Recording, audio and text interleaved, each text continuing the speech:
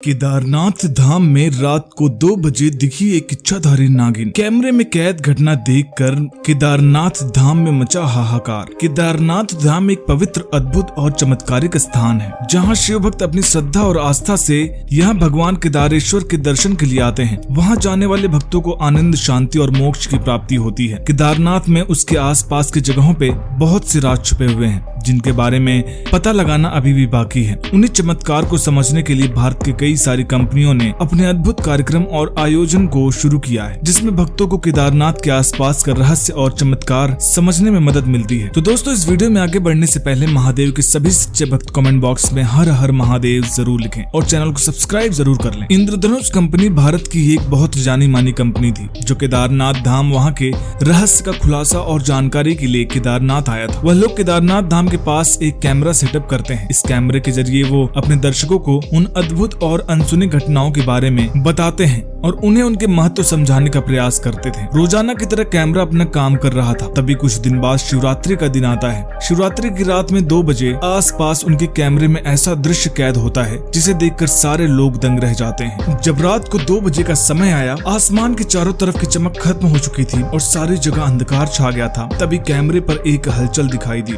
एक रहस्यमय उजाला जो थोड़ी दूर से आ रही थी और उसकी रोशनी ने पूरी जगह को उजाला कर दिया, जैसे मानो रात के 2 बजे सुबह हो गई हो। कैमरा उसी दिशा में चला गया और वहां पहुंचकर शिला के पास रुक गया। जब कैमरे के लेंस शिला पर बने तो एक चमत्कारिक दृश्य दिखाई दिया। कैमरे में एक इच्छाधारी नागिन की झलक दिखाई दी। वह देवी के रूप में प्रकट हो गई, एक खूबसूरत और मनमोहक नागिन के रूप में। उसकी आंखों में एक अलग ही झलक थी और उसकी खूबसूरती हर किसी के मन को मोह रही थी। उसकी सुंदरता के साथ साथ भयानकता भी थी, जो लोगों को आकर्षित कर रही थी। कैमरे द्वारा देखी जाने वाली इस घटना ने लोगों में भयानक डर भर दिया। लोग खुद को सुरक्षित महसूस करने के लिए अपने घरों में छिप गए। यह घटना देखकर कंपनी ने कुछ खोजकर्ताओं को इस बात की जांच पड़ताल लगाने की जिम्मेदारी सौंपी। लोगों से पता करने के बाद कुछ लोग तो इसे देवी की कृपा का प्रतीक मान रहे थे, जबकि दूसरे यह सोच रहे थे कि यह केवल एक वैज्ञानिक तकनीक का चमत्कार है। विशेषज्ञों ने इस दृश्य का अध्ययन किया। कुछ दिन बाद रात में 2 बजे केदारनाथ पहुंचे और उन्होंने वहां पहुंचकर पूरी रात केदारनाथ धाम पे बिताई। वहां पर कोई नागिन नहीं दिखी। अगले दिन फिर उन्होंने इंतजार किया, मगर फिर से उन्हें कुछ नहीं मिलता। कुछ दिन का इंतजार करने के बाद वह लोग वहां से चले जाते हैं और फिर से इंतजार करने लगते शिवरात्रि का, क्योंकि पिछली बार शिवरात्रि के दिन ही वह नागिन नजर आई थी।